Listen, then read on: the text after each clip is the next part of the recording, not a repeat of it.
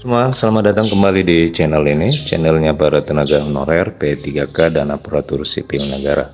Video kali ini kita akan membahas terkait dengan usulan tambahan formasi P3K tahun 2023. Usulan tambahan formasi ini dinilai sangat menguntungkan tenaga honorer, khususnya tenaga honorer teknis administrasi. Untuk itu kepada rekan-rekan, silakan disimak dan ditonton secara lengkap video ini agar rekan-rekan bisa menerima informasi secara utuh dan menyeluruh.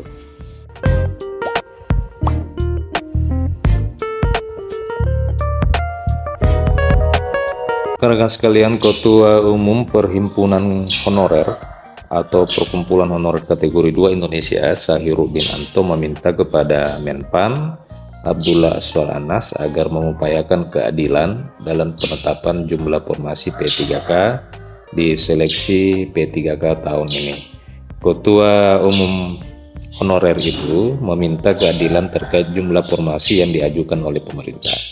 Pasalnya, sampai saat ini beredar kabar dan wacana yang mengatakan bahwa tahun ini formasi P3K hanya diisi oleh tenaga guru, tenaga kesehatan, dan tenaga penyuluh. Sedangkan honorer di luar dari ketiga kategori ini dikhawatirkan tidak dapat mengikuti seleksi P3K pada tahun 2023 ini.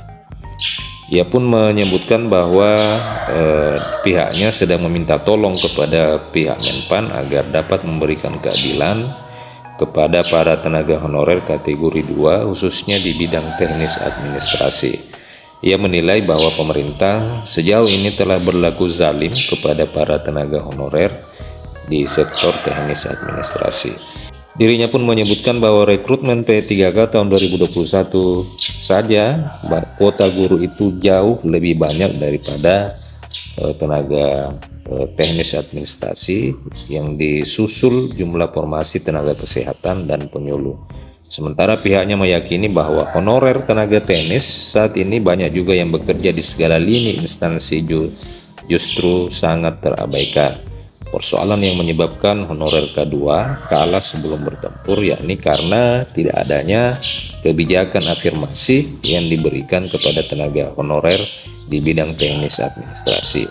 Nah, rekan-rekan sekalian, diketahui bersama bahwa pemerintah hanya memberikan kebijakan tambahan nilai atau nilai afirmasi kepada honorer tenaga kesehatan dan tenaga kependidikan saja.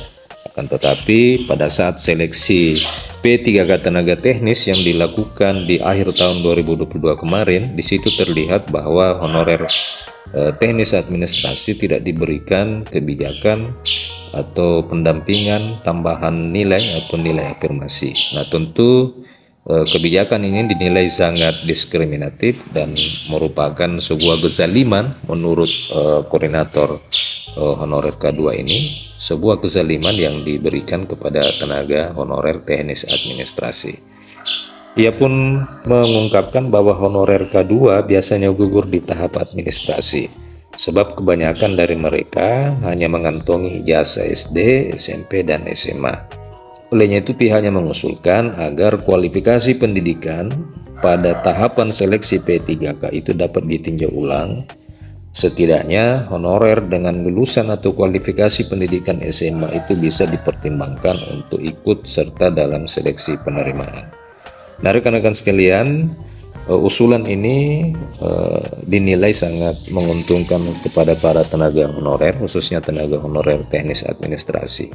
Semoga saja usulan ini bisa sampai ke kementerian, khususnya Kementerian Pendayagunaan Aparatur Negara dan Badan Kepegawaian Negara selaku leading sektor dalam hal pembuatan kebijakan-kebijakan terkait dengan pengangkatan aparatur sipil negara maupun dalam penataan tenaga honorer. Rekan-rekan sekalian, tapi di sisi lain juga usulan formasi itu sangat bergantung dari pemerintah daerah. Biasanya pemerintah daerah hanya mengusulkan formasi-formasi tenaga guru saja oleh karena memang ada desakan-desakan dari pihak kementerian dalam hal pengusulan formasi tenaga guru dan tenaga kependidikan. Sedangkan untuk tenaga teknis dan administrasi diketahui bahwa selama ini memang belum ada satu leading sektor yang fokus mengurus tenaga honorer teknis administrasi. Beda halnya dengan tenaga honorer nakes yang dibawa kendali langsung Kementerian Kesehatan dan tenaga honorer guru yang memang dibawa langsung Kementerian Pendidikan dan Kebudayaan. Rekan-rekan sekalian, demikian informasi pada video kali ini. Semoga saja Kementerian Pendayagunaan Aparatur Negara maupun para instansi daerah atau pemerintah daerah bisa memperhatikan tenaga honorer teknis administrasi agar supaya tetap mendapatkan perlakuan yang sama dalam hal kebijakan penyelesaian dan penataan tenaga honorer. Demikian video kali ini. Silakan tuliskan komentar teman-teman terkait dengan usulan dari koordinator honorer K2 ini di kolom komentar video ini. Terima kasih telah menyaksikan. Semoga video ini bermanfaat.